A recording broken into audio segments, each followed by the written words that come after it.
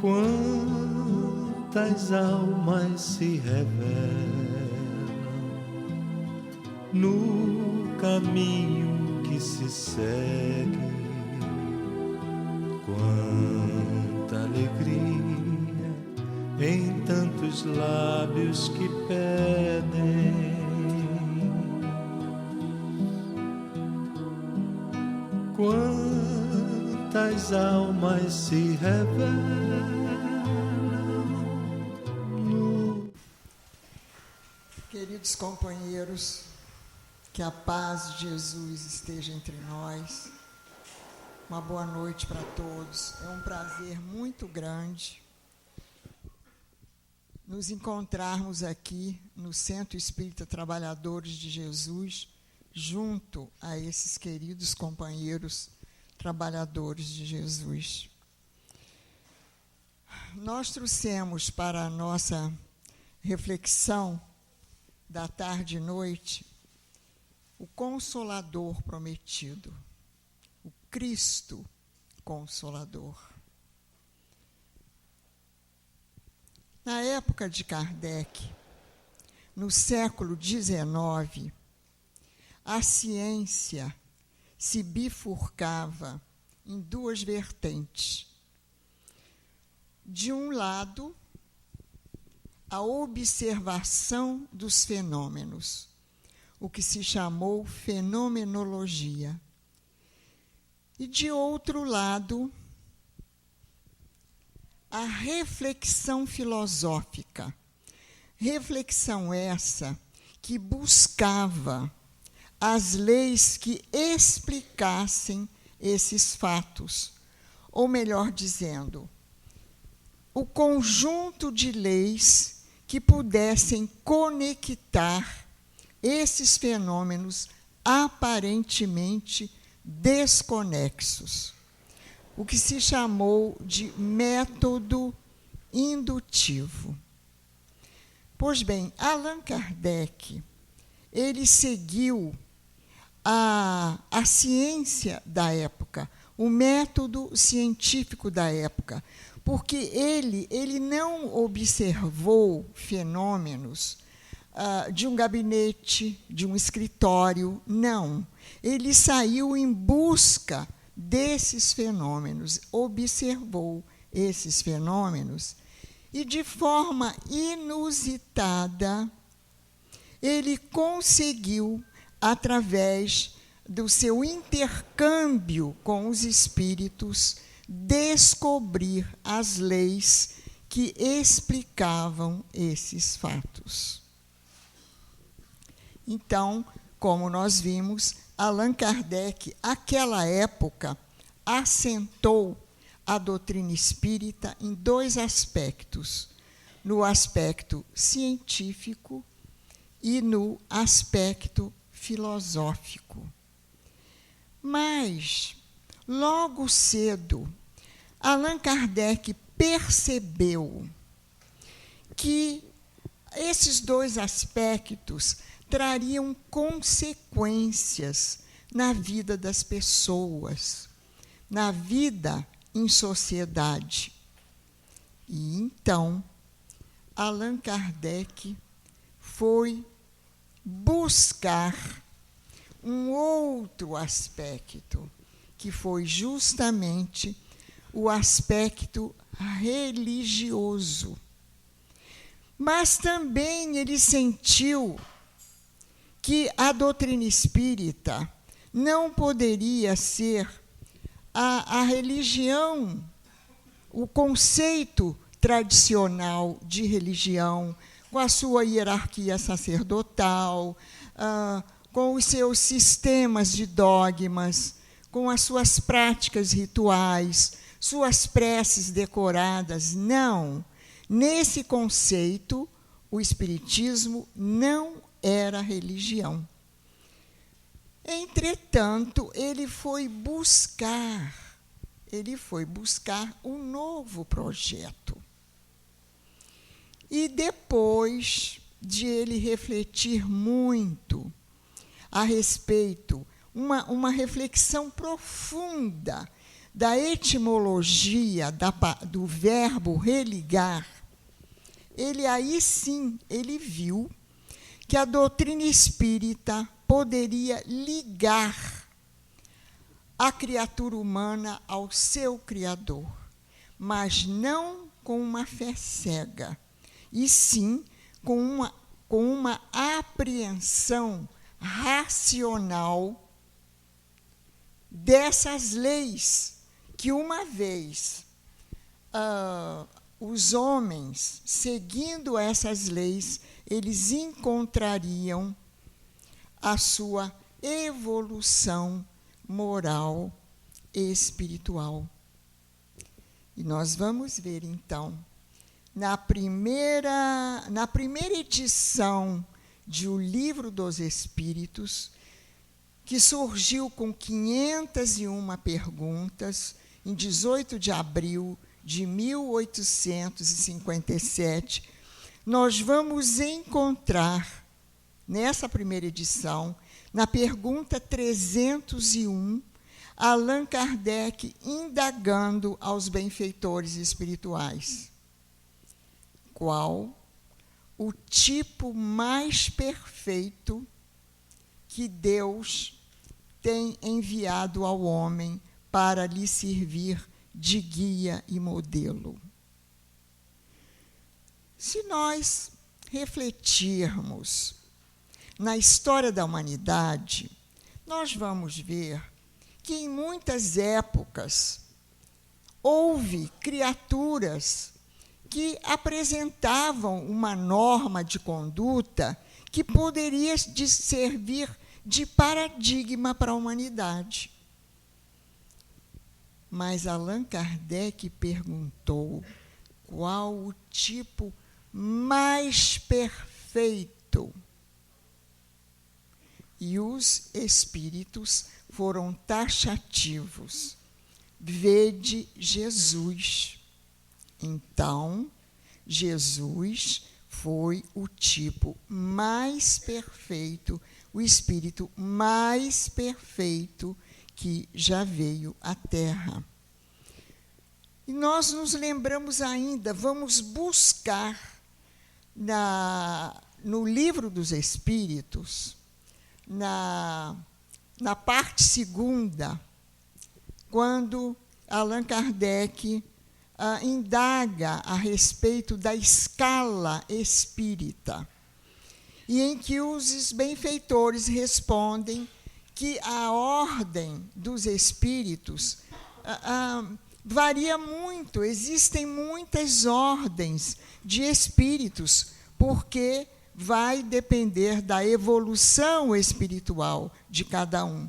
Mas, para que nós pudéssemos entender, para um efeito didático, eles restringiram em apenas 3 ordens, em que a primeira ordem é a ordem dos espíritos puros ou perfeitos.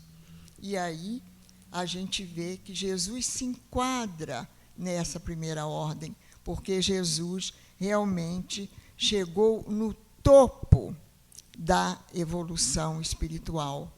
Jesus foi e é um espírito puro, um espírito perfeito. Nós vamos ver que Allan Kardec, realmente, ele foi o bom senso encarnado. Porque, vejam bem, do Livro dos Espíritos, em 1857, publicado, ele só foi publicar o aspecto, o terceiro aspecto da doutrina espírita, 6 anos depois, em 1864, quando ele editou o Evangelho segundo o Espiritismo. Olha, ele levou 6 anos refletindo. Pois bem, acontece que, apesar de Allan Kardec ter construído um monumento que foi a codificação do Espiritismo, o seu último livro foi lançado em 1868, que foi a Gênese. E um ano depois, ele desencarna. Então, ele não pôde desenvolver a doutrina espírita. Ele não pôde desenvolver os postulados da codificação, porque quase 12 anos foram muito pouco, realmente. Ele encetou uma obra de gigante com os postulados da doutrina espírita, mas ele desencarnou e não teve tempo, como eu disse, de desenvolver uma doutrina dinâmica e progressista como a doutrina espírita. Houve, assim, um interregno na evolução do movimento espírita, principalmente no Brasil. Outro dia até nós tivemos um orador comentando a respeito disso, porque até então os escritores eram encarnados, nada contra, é claro. Nós tivemos um Leon Denis após a desencarnação de Allan Kardec, nós tivemos Ernesto Bozano, William Crookes e tantos outros que se notabilizaram no aspecto científico e filosófico da doutrina. Mas, até então, não havia surgido alguém que realmente se atesse ao terceiro aspecto, que é o aspecto religioso. Então, passou-se. Aqui no Rio de Janeiro, nós tivemos médiuns extraordinários, aqui no Brasil, mas que, nessa altura, o plano espiritual achou por bem que eles fossem aqueles médiuns curadores. Nós tivemos muitos médiuns curadores, inclusive dizem que o doutor Bezerra de Menezes, ele se converteu ao espiritismo porque ele leu o Livro dos Espíritos e também porque ele foi curado por um médium que não tinha cultura nenhuma, mas tinha a mediunidade de cura. Pois bem, então o movimento espírita, principalmente aqui no Brasil, estava assim morno. Mas 41 anos após a desencarnação de Allan Kardec, surge no Brasil, na cidade de Pedro Leopoldo, uma pequena cidade do interior de Minas Gerais, a figura de Chico Xavier. Chico Xavier veio com a missão de desenvolver aquilo que Allan Kardec não pudera fazer. E, assim como Allan Kardec foi assessorado por uma pleiade de espíritos cujo coordenador maior foi o Espírito de Verdade, Chico Xavier também ele teve uma pleiade de espíritos que vieram junto a ele para fazer esse desenvolvimento, essa ampliação que Allan Kardec deixou. E veio junto à mediunidade de Chico Xavier o Espírito Emmanuel, o sábio e culto Espírito de Emmanuel. E para nós termos uma ideia de que, como também foi monumental a obra deixada por Chico Emmanuel, nós gostaríamos de dizer que, com 20 anos de idade, Chico publicou a sua primeira obra mediúnica, que foi Parnaso de Além-Túmulo, que foi poesias recebidas do plano espiritual por uma pleiade de poetas brasileiros e portugueses, e que teve uma repercussão muito grande aqui no Brasil, principalmente nos meios literários. Pois bem, o que não se sabia até há pouco tempo, o que não se sabia, é que essa primeira obra recebida mediunicamente por Chico Xavier, com a coordenação do Espírito Emmanuel, essa obra, o conteúdo dela, apesar dos versos, dos sonetos decassílabos e alexandrinos, continha os postulados da doutrina espírita. Alexandre Caroli Rocha, ele apresentou no ano de 2001, na Unicamp, uma tese de mestrado a respeito desse livro, em que ele estudou o conteúdo das mensagens, estudou os estilos e chegou à conclusão de que ali se encontrava, naquela obra, a primeira obra de Chico Xavier como médium, os postulados da doutrina espírita.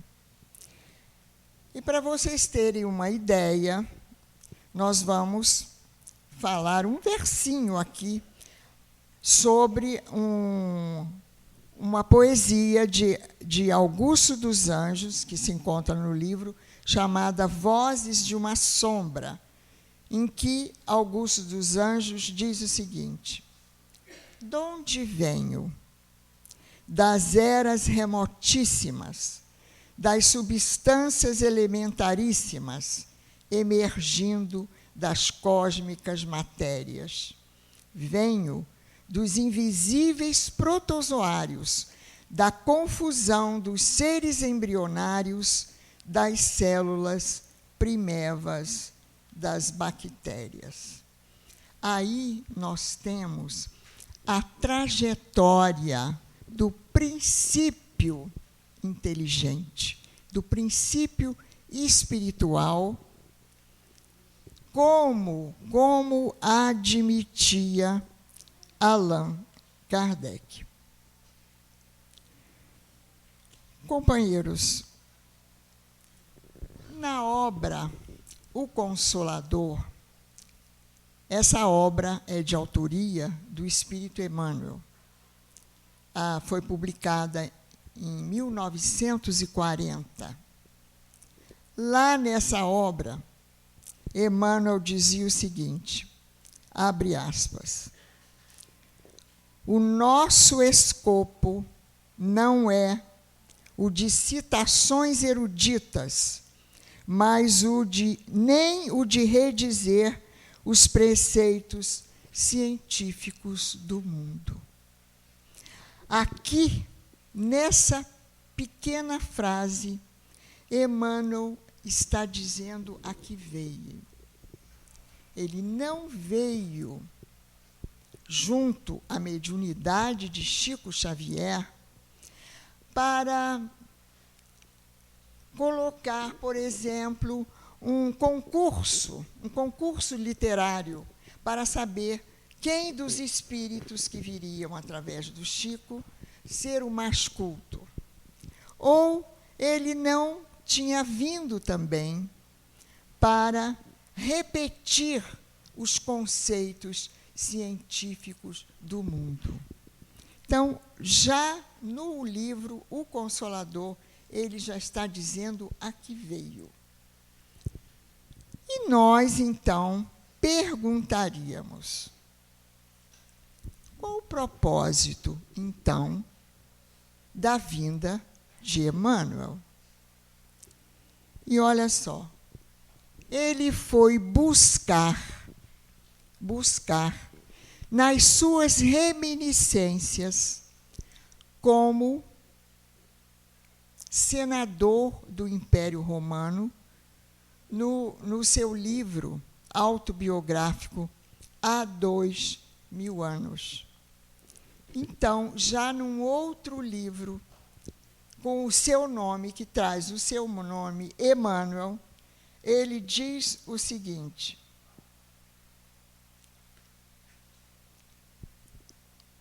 quando falamos na influência do Evangelho nas grandes questões sociológicas da atualidade, apontamos às criaturas o corpo de leis pelas quais devem nortear sua vida no planeta. Corpo de leis?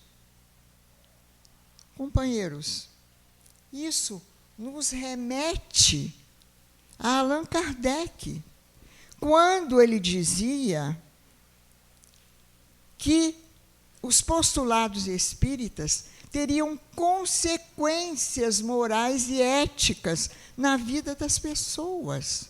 Olha, Emmanuel, em concordância com o pensamento de Allan Kardec. Então, qual a conclusão que se chega? Quando o Espiritismo fala em evangelho, ele não está falando em imagem, ele não está falando em dogmas, não está falando em sacerdócio organizado, preces recitadas, culto exterior. Não. Ele está falando num conjunto de leis morais e éticas que são para vigorar aqui na Terra. Não. Esse conjunto de leis morais vigoram em todo o universo. Por quê? Porque valores como caridade, bondade, fraternidade, tolerância, perdão, são valores para o espírito imortal. Então, esses valores não são para um povo, não são para uma época, não são para uma raça, não são para um idioma. Não, repetimos, são para o espírito imortal, cidadãos do universo.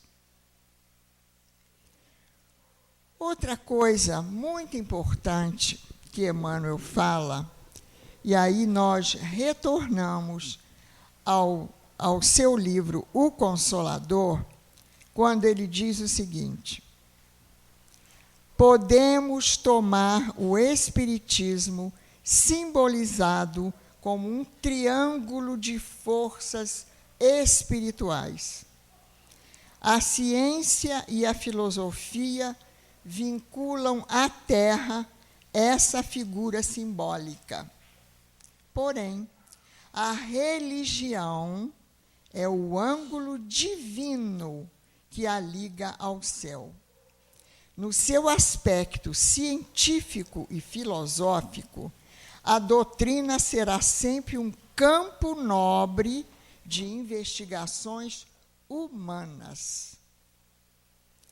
No aspecto religioso, todavia, repousa a sua grandeza divina, por constituir a restauração do Evangelho de Jesus Cristo, estabelecendo a renovação definitiva do homem para a grandeza do seu imenso futuro espiritual.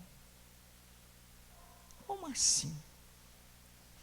Quando se fala em Evangelho, se fala, ou melhor dizendo, quando se fala em Espiritismo, se fala em Evangelho restaurado. Por quê? Por que Emmanuel falou isso? Porque nós, em reencarnações transatas, nós corrompemos, nós deturpamos o Evangelho de Jesus. Em nome de Jesus, o que nós fizemos? Nós lançamos o nosso semelhante às fogueiras. Em nome de Jesus, nós fomentamos guerras. Em nome de Jesus, nós assassinamos, nós prendemos, nós espoliamos o nosso semelhante. Tudo em confronto com aquilo que Jesus veio nos trazer. Então, o Evangelho genuíno, o Evangelho de volta, quem nos trouxe foi Allan Kardec, com as suas pesquisas, com as suas observações ao fenômeno. Porque até então, quando ele se interessou por esses fenômenos já existiam desde épocas imemoriais. Sempre existiram, só que a humanidade nunca os questionara. Então, para que o Evangelho de Jesus fosse restaurado e colocado no seu devido lugar, foi preciso que Allan Kardec viesse com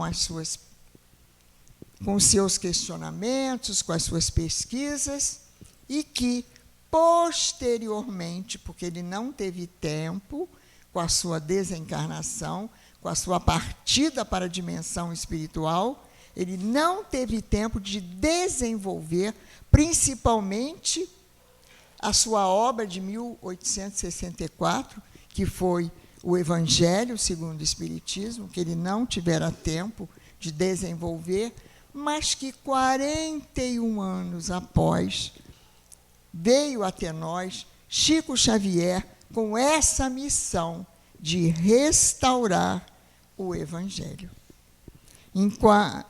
Por isso que quando a gente fala em Espiritismo, a gente fala em Evangelho restaurado.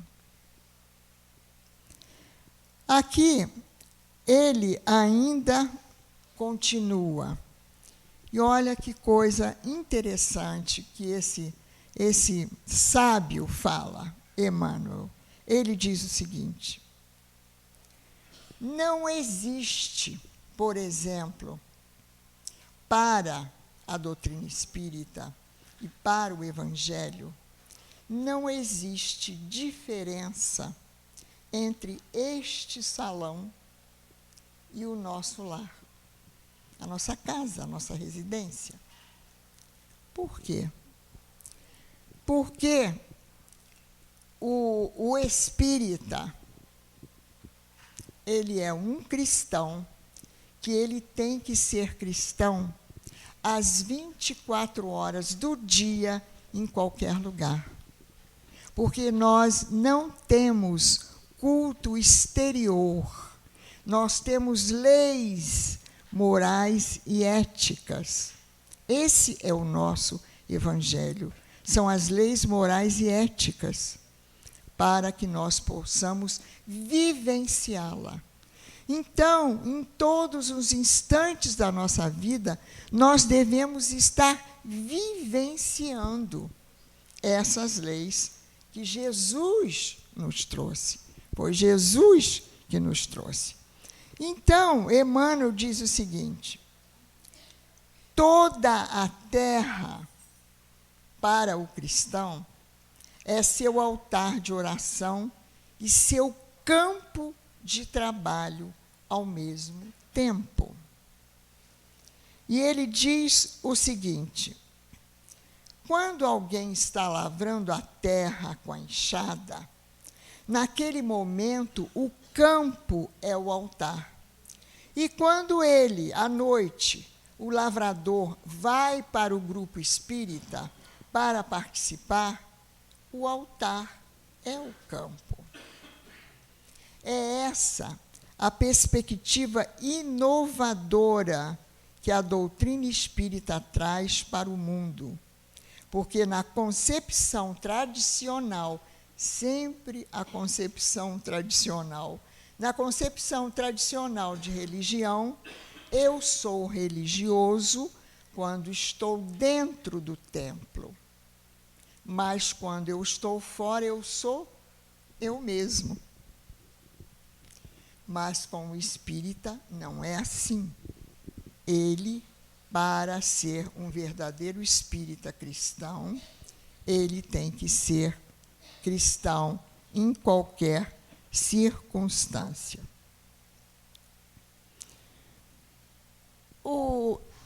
Eu achei uma coisa assim tão fantástica. Foi o que o nosso companheiro pesquisador andou pesquisando, e ele chegou a uma conclusão extraordinária que, para aqueles que não sabem, eu quero trazer para vocês, porque realmente é um achado extraordinário. Aqueles que estudam doutrina espírita sabem que Emmanuel, ele tem uma série de livros em que ele pega pequenos trechos do Evangelho de Jesus e interpreta.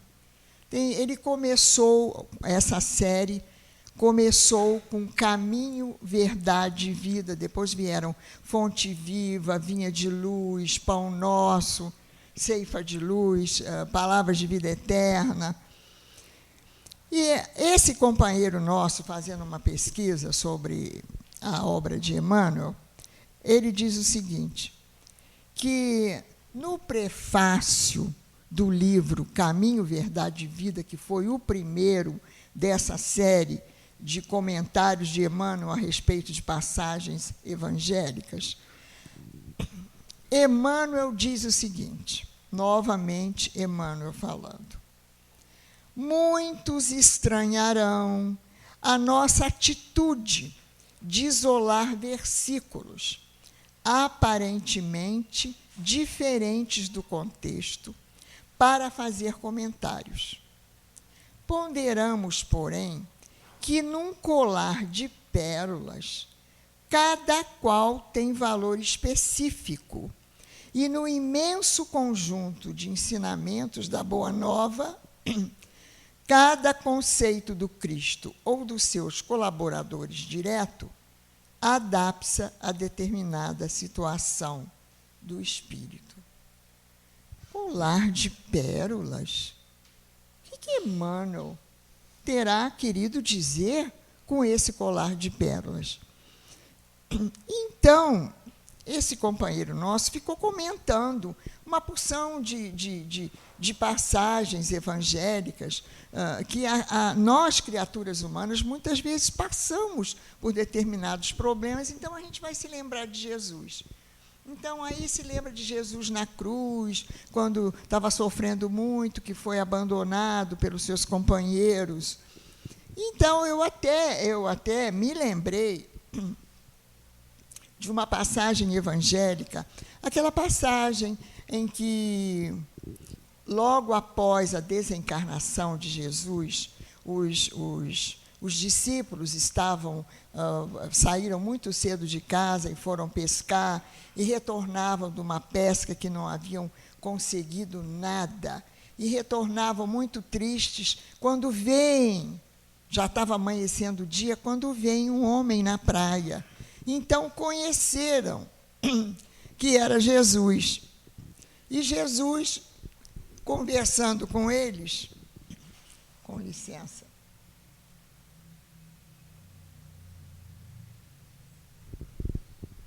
Jesus, então, pede a eles que lancem a rede para a banda da direita.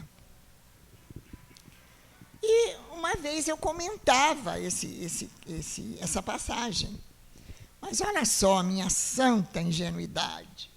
Aí eu me lembrei assim, olha só, Jesus se utilizou da dupla vista, porque Jesus tinha todos os dotes mediúnicos. Então, ele viu que naquele lado da banda direita do barco tinha os peixes que eles desejavam.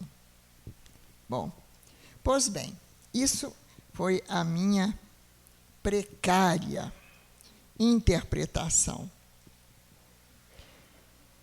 Mas vejam bem o que fala o nosso companheiro pesquisador. Ele diz o seguinte: pesquisando na tradição judaica do Antigo Testamento, nas técnicas de interpretação, o nosso confrade encontrou um autor francês, Michel Rémaud, que diz o seguinte. Gente, isso aqui não tem nada de evangelho. Isso aqui é lá nas fontes rabínicas. Não tem nada a ver com o evangelho. Então, ele diz o seguinte: nas fontes rabínicas, encontramos diversas alusões a um método de comentários da Escritura, as Escrituras antigas, sagradas, chamada colar de pérolas, em hebraico, harizá. Em que consiste esse método? Consiste em compor um colar de versículos a respeito de um assunto para salientar a unidade da Escritura, que é o reflexo da própria unidade de Deus. E a gente fica pensando, meu Deus, quem é esse Espírito? Quem é Emmanuel, que conhece essa técnica milenar? Esse homem, esse francês Michel Rémaud, ele pesquisa essas escrituras antigas e encontrou isso. Então, Emmanuel, nós apreendemos disso tudo que Emmanuel quis também dizer o quê? Que tudo aquilo que se encontra no Evangelho de Jesus tende para a unidade dos ensinos, que é a própria unidade de Deus. Mas, como eu dizia, eu parei para falar a respeito do colar de pérolas. Mas vejamos como a doutrina espírita interpreta a passagens evangélicas, como é diferente desses comentários tradicionais que se ouve por aí. Então, nós vamos voltar a Emmanuel, no capítulo 21 do Caminho, Verdade e Vida, quando Jesus diz, e ele lhes disse, lançai a rede para a banda da direita do barco e achareis. Essas são as palavras de Jesus. Mas é interessante observar que essa passagem encontra-se no Evangelho de João e nós a conhecemos como a pesca milagrosa. Jesus, como eu dizia, né, encontrava-se ressuscitado e viera ter com seus discípulos. E nada haviam pescado. Então, mas o que Jesus fala para eles? Vejamos o comentário de Emmanuel. Isso é que é interessante. Jesus disse que eles jogassem, está lá no Evangelho, a rede para a banda da direita. Mas vamos ouvir o comentário de Emmanuel. Ele diz o seguinte: figuradamente, o espírito humano é um pescador de valores evolutivos. Pescador de valores evolutivos. Olha aí o conjunto de leis morais e éticas. Na escola regeneradora da Terra, a posição de cada qual é o barco. Em cada novo dia, o homem se levanta com a sua rede de interesses. Estamos lançando a nossa rede para a banda da direita? Olha como é muito mais profundo o comentário de Emmanuel, porque, como ele diz, tudo no Evangelho serve para nós. Nós temos que estar sempre consultando o Evangelho de Jesus, porque nós sempre encontraremos o que fazer da nossa vida, da situação que a gente esteja vivendo no momento.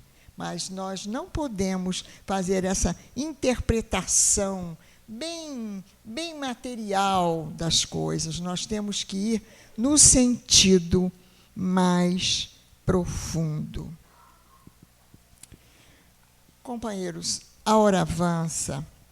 Nós estávamos terminando de preparar essa despretensiosa, isso que nós trouxemos hoje para vocês. E me deu vontade de pegar a Revista Espírita, que é outra, é uma obra de Allan Kardec que nós precisamos também estudar. Então, eu fiquei assim, por acaso, meus olhos caíram assim. Então, olha só o que eu encontrei, gente. Antes de o lançamento de O Evangelho segundo o Espiritismo, porque eu tive muito interesse de saber o Evangelho, quando é que foi, 6 anos depois, estava pesquisando isso. Então, eu encontrei isso. Antes de o lançamento segundo o Espiritismo, o Evangelho segundo o Espiritismo, em 1864, os espíritos superiores, em 14 de dezembro de 1863, diziam a Kardec, está lá, na Revista Espírita, de 14 de dezembro de 1863, os espíritos diziam para Kardec: com esta obra, o Evangelho segundo o Espiritismo, com esta obra, o edifício começa a libertar-se dos andaimes e já podemos ver-lhe a cúpula a desenhar-se no horizonte. Ao ser questionado sobre a posição do Evangelho de Jesus na educação religiosa dos homens, Emmanuel responde em O Consolador: o Evangelho é o edifício da redenção das almas. Companheiros, a cada dia que passa, mais o nosso coração se enche de gratidão por Kardec, que quebrou pedra para nos trazer a doutrina espírita. Mas não fica atrás o esforço e aquilo tudo que nos trouxe, essa dupla que foi Chico Xavier Emmanuel. Que incrível sintonia entre Chico e o seu mentor espiritual, sintonia entre o seu mentor espiritual, Chico, e Allan Kardec. Hoje nós entendemos por que, quando Emmanuel se aproximou de Chico, em 1931, ele disse: o dia que você sentir que eu estou me divorciando dos postulados espíritas, você me abandone e fique com Jesus e Kardec. Mas ele nunca, Emmanuel, nunca se afastou uma linha dos postulados espíritas. Então, ele receba toda a nossa gratidão, toda a nossa admiração pelo que ele realizou. E interessante a gente notar que os espíritos prepararam todo o terreno, é a conclusão que se chega. Os espíritos prepararam todo o terreno para a consolidação do espiritismo como religião. Será que nós ainda temos alguma dúvida sobre isso? E encerrando, nós queríamos lembrar que no Evangelho de João, no capítulo 14, versículos 15 a 18, quando Jesus se encontrava às vésperas da Páscoa, quando ele teve aquela ceia com os discípulos, que alguns julgam que essa ceia tenha sido na casa de Maria, lá em Jerusalém, que era a mãe de Marcos, aquele que se tornaria mais tarde um dos evangelistas. E após a saída de Judas Iscariotes, quando ele fica com os restantes dos discípulos, Jesus começa a dizer que eles se amassem uns aos outros, como ele os havia amado, e que os discípulos seriam reconhecidos por muitos se amarem. Então, em dado momento, Jesus disse: e eu rogarei ao Pai, e ele enviará um outro Consolador, que ficará convosco para sempre, que virá relembrar aquilo que eu disse e explicar outras tantas coisas que não poderíeis compreender agora. Então, Jesus diz isso. Então, nós não temos mais nenhuma dúvida de que a doutrina espírita nada mais é do que o Consolador prometido por Jesus. E nada mais é do que o Evangelho de Jesus restaurado, colocado no seu devido lugar. Que a paz de Jesus continue conosco. Muito obrigada pela atenção.